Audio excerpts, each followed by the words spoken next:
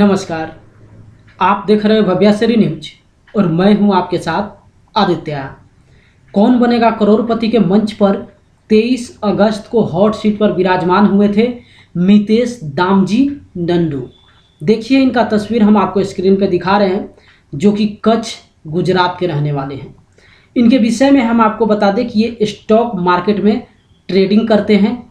इस वीडियो में आप जानने वाले हैं कि आखिर मितेश नंदू केबीसी के मंच से कितनी राशि जीत कर गए हैं। साथ ही प्रतिभागी को जो 3 लाइफलाइन दिया जाता है, वो तीनों लाइफलाइन का इस्तेमाल ये कौन कौन से सवाल पे किए हैं और उस सवाल का प्राइस कितना था। लेकिन उससे पहले हम आपको बता दें कि केबीसी के मंच से ये 1,60,000 की राशि जीत कर गए हैं। हालांकि जिस प्रश्न पे ये गेम को क्विट किए हैं या फिर इस गेम को छोड़े हैं, अगर उस प्रश्न का वो जवाब लॉक करवा देते तो जीत जाते 6,40,000। लेकिन दुर्भाग्यवश ऐसा हुआ नहीं है और उसी प्रश्न पे ये गेम को क्विट कर देते हैं और 1,60,000 की राशि जीत कर जाते हैं। अब चलिए हम आपको दिखाते हैं कि आखिर ये अपने लाइफलाइन का इस्तेमाल कौन कौन से सवाल पे किए हैं। तो हम आपको बता दें, मितेश दामजी नंदू अपनी पहली लाइफलाइन का इस्तेमाल 40,000 के प्रश्न पे करते हैं, जो कि ऑडियंस पोल था। देखिए, 40,000 का सवाल हम आपको स्क्रीन पे दिखा रहे हैं।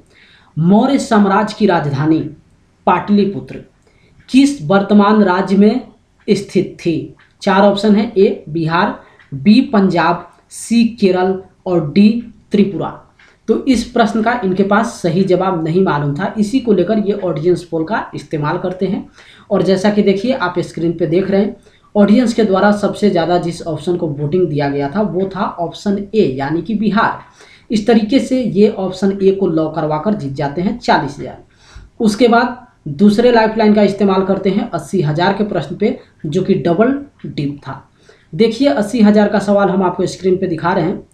इनमें से किसका आविष्कार सबसे पहले हुआ था? 4 ऑप्शन है। ए टेलीविजन, बी दूरबीन, सी तार और डी टेलीफोन। तो इस प्रश्न का इनके पास सही जवाब नहीं मालूम था, इसी को लेकर ये अपनी दूसरी लाइफलाइन डबल डिप का इस्तेमाल करते हैं। और जैसा कि आप लोग डबल डिप के विषय में जानते हैं कि प्रतिभागी अगर किसी ऑप्शन को लॉक करवाते हैं और वो गलत भी हो जाता है तो उनको मौका मिलता है वो दोबारा किसी दूसरे ऑप्शन को लॉक करवा सकते हैं। तो मितेश नंदू पहली बार ही ऑप्शन बी यानी कि दूरबीन को लॉक करवाते हैं, जो कि बिल्कुल इस प्रश्न का सही विकल्प है। और इस तरीके से ये जीत जाते हैं 80,000। उसके बाद अपनी आखिरी और तीसरी लाइफलाइन का इस्तेमाल करते हैं 1,60,000 के प्रश्न पे, जो कि वीडियो कॉल और फ्रेंड था। सबसे पहले 1,60,000 का सवाल देखिए, स्क्रीन पे हम आपको दिखा रहे हैं। 1956 में किस तत्कालीन राज्य को मध्य भारत और विंध्य प्रदेश के साथ मिलाकर एक नया राज्य बनाया गया था? 4 ऑप्शन है। ए जयपुर, बी जोधपुर, सी कूच बिहार और डी भोपाल। तो इस प्रश्न का इनके पास सही जवाब नहीं मालूम था, इसी को लेकर ये वीडियो कॉल और फ्रेंड का इस्तेमाल करते हैं। और जैसा कि देखिए आप स्क्रीन पे जिनको वीडियो कॉल के रूप में देख रहे हैं, इनके विषय में हम आपको बता दें कि इनका नाम है प्रेमजी भाई और ये इनके टीचर हैं।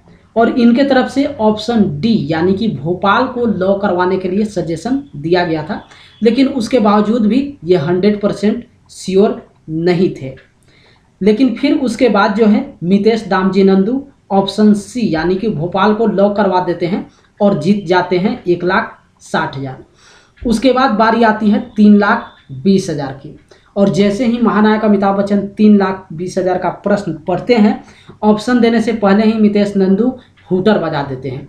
इसका मतलब है कि 3,20,000 के प्रश्न पे ये दुगुनास्त्र का इस्तेमाल करते हैं। तो वो 3,20,000 का प्रश्न देखिए स्क्रीन पे हम आपको दिखा रहे हैं, जो दुगुनास्त्र का है। इसी प्रश्न का अगर मितेश दामजी नंदू सही ऑप्शन लॉक करवा देते तो इनको मिल जाता 6,40,000। लेकिन यहाँ पे ये इस गेम को आगे नहीं बढ़ाए हैं, ऑप्शन को लॉक नहीं करवाए हैं और गेम को क्विट कर देते हैं और केबीसी के मंच से 1,60,000 की राशि जीत कर जाते हैं। हालांकि ये जिस ऑप्शन को लॉक करवाने के लिए सोच रहे थे या फिर गेम को क्विट करने के बाद जिस ऑप्शन को लॉक करवाए हैं, वो ऑप्शन इस प्रश्न का बिल्कुल सही विकल्प था। अगर ये इस गेम को खेल जाते तो 6,40,000 100% यहाँ से जीत जाते। अब देखिए 3,20,000 दुगुनास्त्र का सवाल स्क्रीन पे हम आपको दिखा रहे हैं।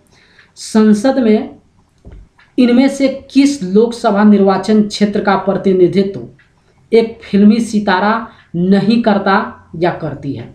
4 ऑप्शन है। ए मंडी, बी गोरखपुर, सी बहरामपुर और डी त्रिशूर।